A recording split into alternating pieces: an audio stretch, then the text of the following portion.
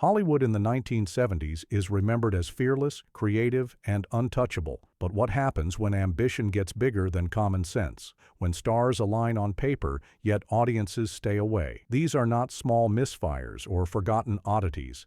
These are massive studio bets that collapsed in public. Halfway through this list, one failure quietly changed how movies are funded forever, and another proved that even famous names can mean absolutely nothing once tickets stop selling. Let's rewind to the decade where confidence ran faster than reality. Number 10. The Bluebird. Released in 1976, The Bluebird looked like a guaranteed success. 3 legendary actresses, a beloved fantasy story, lavish sets, expensive costumes, and a director known for elegance and control. Everything about this project screamed prestige. The problem was timing. Audiences in the mid-70s were changing fast. Movies were becoming sharper, faster, and more grounded. Meanwhile, The Bluebird arrived with a slow pace and a stage-like tone that felt stuck in another era. What was meant to feel timeless instead felt distant. The film leaned heavily on symbolism and dreamy visuals, but it forgot to invite the audience in emotionally. Viewers struggled to connect. Critics admired the effort but questioned who the movie was really made for. Families found it too serious. Adults found it too soft, and nobody showed up in large numbers. Behind the scenes, the budget had climbed far higher than expected due to international production and elaborate design choices. That meant the movie needed strong returns just to survive. It never got them. By the time it left theaters, The Bluebird had become an example of how elegance alone does not sell tickets. Beauty without momentum can quietly sink a studio's hopes. Sometimes being tasteful is not enough. Number 9. Sgt. Pepper's Lonely Hearts Club Band. When this film was announced, confusion started immediately. Released in 1978, it was inspired by one of the most famous music albums ever made. That alone created massive expectations. Add popular performers and flashy visuals, and studios assumed the audience would arrive automatically. They did not. Instead of a clear story, viewers were handed a loose collection of scenes tied together by songs everyone already knew. But familiarity became the problem. The music carried emotional weight on its own, yet the film used it without adding meaning. Characters felt thin, moments felt forced. Fans of the original music felt the heart was missing. New viewers felt lost. Critics could not understand why the film existed beyond name recognition. The production itself was expensive, filled with elaborate sets and visual effects meant to distract from the lack of story. That strategy backfired. Audiences saw through it. At the box office, the drop was fast and brutal. The movie became shorthand for a simple lesson. A famous title does not replace a reason to care. When a film relies only on recognition, the fall can be louder than the hype. Number 8. Meteor. By the time Meteor arrived in 1979, audiences had seen enough large-scale danger stories. This one promised global stakes, an impressive cast, and non-stop urgency. On paper, it sounded like a crowd pleaser. On screen, it felt tired. The effects struggled to impress in an era that had just seen major leaps in visual spectacle. The story moved predictably from crisis to crisis without surprise. Instead of tension, viewers felt repetition. Studios had spent heavily, betting that scale alone would bring people in. But audiences had grown more selective. Bigger was no longer better by default. Critics noted the lack of emotional grounding. Without characters to root for, the spectacle felt empty. International returns were weak. Domestic interest faded quickly. The movie disappeared from theaters faster than expected, leaving a financial gap that could not be ignored. Meteor proved something important about the end of the decade. Trends expire quickly. What worked a few years earlier could suddenly feel outdated. When studios chase yesterday's success, they often arrive too late. Number 7. The Swarm. The Swarm was released in 1978, during the peak of large-scale disaster movies. The director behind it had delivered multiple hits in the genre before. This was supposed to be another win. Instead, it became a punchline. The concept was played completely straight, but the execution drifted into unintentional humor. Dialogue felt stiff. Scenes dragged. The danger never felt real enough to scare, yet too serious to enjoy lightly. Critics reacted harshly, pointing out how the movie failed to read its own tone. Audiences followed their lead. Ticket sales dropped quickly. The budget was massive, built on the assumption that past success guaranteed future results. That assumption proved false. The swarm did not just underperform, it actively pushed viewers away. By the end of its run, it marked the decline of an entire style of filmmaking. Studios realized the formula had run dry. When even experts miss the mood of the moment, the fall can be swift. Number 6. A Bridge Too Far. Released in 1977, A Bridge Too Far arrived with enormous expectations. The cast list alone felt unreal. The story was based on real events. The scale was enormous. This was meant to be a serious, thoughtful epic. And it was. That was also the problem. The film demanded patience. It asked viewers to follow multiple storylines, locations, and characters without offering a single emotional anchor. While critics respected the craftsmanship, audiences struggled to stay engaged. The runtime was long, the pacing was deliberate, and casual moviegoers felt locked out. Overseas performance helped slightly, but not enough to justify the cost. Financially, the movie disappointed badly. It did not collapse overnight, but it never reached the heights required to be called a success. A Bridge Too Far stands as a reminder that respect does not equal excitement. A film can be well-made, serious, and impressive, yet still fail to connect. And when budgets are enormous, connection is everything. Number 5. Zabriskie Point. When Zabriskie Point arrived in 1970, it was meant to capture a generation.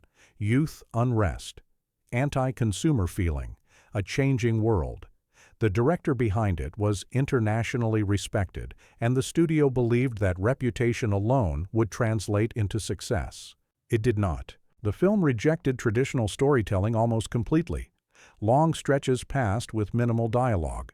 Characters felt more symbolic than human. Scenes lingered far past audience patience. What the filmmakers saw as thoughtful, viewers saw as distant.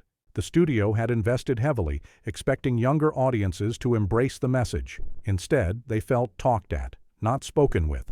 Older audiences were even more confused. Critics were sharply divided, and that division hurt momentum fast. Word of mouth was brutal. Attendance dropped week by week. The financial loss became impossible to ignore. Zabriskie Point did not fail quietly. Its collapse shook confidence in experimental, big-budget filmmaking. It became proof that artistic intent does not protect a film from rejection. When a movie forgets the viewer entirely, even bold ideas can fall flat. Number 4. Lost Horizon. Released in 1973, Lost Horizon was designed as a grand revival, a famous story, lavish sets, musical numbers, a belief that nostalgia could carry everything. But nostalgia arrived late to the party. Audiences had changed, music styles had shifted, film tastes had moved toward realism and edge. Lost Horizon ignored all of that. Its tone felt frozen in time, and not in a charming way. Critics questioned the decision to remake something that already belonged to another era. Songs slowed the story instead of lifting it. The pacing felt heavy. Viewers disengaged early. The budget had quietly climbed higher than planned, which meant the movie needed strong attendance. That never happened. Theaters emptied quickly. Lost Horizon became one of the clearest examples of how remakes can fail when they misunderstand why the original worked. You cannot recreate magic by copying shape alone. Without emotional relevance, spectacle becomes weight. Number 3. Sorcerer. Sorcerer was released in 1977, and its failure had very little to do with craftsmanship. It was about timing, plain and simple. The film was tense, serious, and relentless. It demanded patience and emotional endurance. Viewers were asked to sit with pressure, fear, and uncertainty for long stretches. That approach might have worked in another moment, but the cultural mood shifted almost overnight just before its release. Audiences had just embraced a new kind of movie excitement, faster pacing, clear heroes, escapism that felt light and thrilling. Against that backdrop, Sorcerer felt heavy and exhausting, not because it was poorly made, but because it refused to offer easy comfort. Marketing struggled from the start. The title confused people. Trailers failed to explain what kind of experience awaited them. Many viewers walked past it without understanding what they were skipping. Ticket sales were weak immediately. Studio leaders were stunned, especially given the film's ambition and care. It disappeared from theaters far sooner than expected. Years later, critics returned to Sorcerer and praised its intensity and depth. But re-evaluation does not erase losses. The damage had already been done. Sorcerer proves how quickly the ground can shift beneath a movie. Even great work can vanish when it arrives at the wrong moment. Sometimes the world simply wants something else. Number 2. Inchon. Though released in 1981, Inchon belongs entirely to the 1970s in spirit, funding, and ambition. It was conceived during a time when studios believed scale alone could guarantee success. This was meant to be a towering historical epic, designed to impress through size, detail, and seriousness. From the beginning, restraint was never part of the plan. No expense was spared, and that quickly became the central issue. Production costs climbed at an alarming pace. International locations were chosen for impact rather than efficiency. Sets were elaborate. Logistics were complex. Every choice pushed the budget higher, and expectations rose with it. The assumption was simple: something this big had to succeed. But audiences never connected. When the film finally arrived in theaters, the response was muted. The story felt distant and emotionally cold. Viewers struggled to engage with the characters. Performances were heavily criticized, and the overall tone shifted awkwardly between gravity and spectacle, never settling into a clear identity. Attendance was far lower than projected. The gap between cost and return was staggering. Financial losses mounted quickly, leaving investors stunned. Inchon became a clear warning sign for the industry. Big budgets do not create interest on their own. Grand scale cannot replace emotional clarity. The film now stands as a monument to excess, a reminder that belief without balance can bring even the largest vision crashing down. Number 1. Heaven's Gate. Nothing defines box office disaster like Heaven's Gate. Conceived and financed during the height of 1970s confidence, the film was supposed to be a sweeping artistic statement. The studio believed it was backing the next great American epic. What followed instead was a slow collapse hidden behind ambition. Production stretched far beyond its limits. Costs climbed steadily, then wildly. Schedules became suggestions rather than rules. Every delay added pressure, and every creative choice added weight. By the time the movie finally reached theaters in 1980, expectations were dangerously high. Audiences walked in ready for something bold and unforgettable. What they found was a film that felt distant and exhausting. Scenes lingered too long. The pacing tested patience. Instead of immersion, viewers felt locked out. Critics reacted quickly and sharply. Word spread fast. Ticket sales dropped almost immediately. The gap between what the film cost and what it earned became impossible to ignore. Studio executives scrambled to control the fallout. The damage went far beyond one release. Trust in unchecked creative freedom vanished. Studios rewrote their rules overnight. Budgets tightened. Oversight increased. Careers stalled. Heaven's Gate was not just a failed movie. It was a warning. One project didn't just lose money. It changed how Hollywood decides who gets control and how far ambition is allowed to go. So what really doomed these films? Bad timing? Too much confidence? Or forgetting the audience entirely? The 1970s gave us brilliance, but it also showed what happens when ambition runs unchecked. Some of these movies were misunderstood. Others earned their fate. Now it's your turn. Which failure fascinates you most, and which one deserves another look? Drop your thoughts, share this list, and if you enjoy digging into cinema's biggest risks, make sure you're subscribed.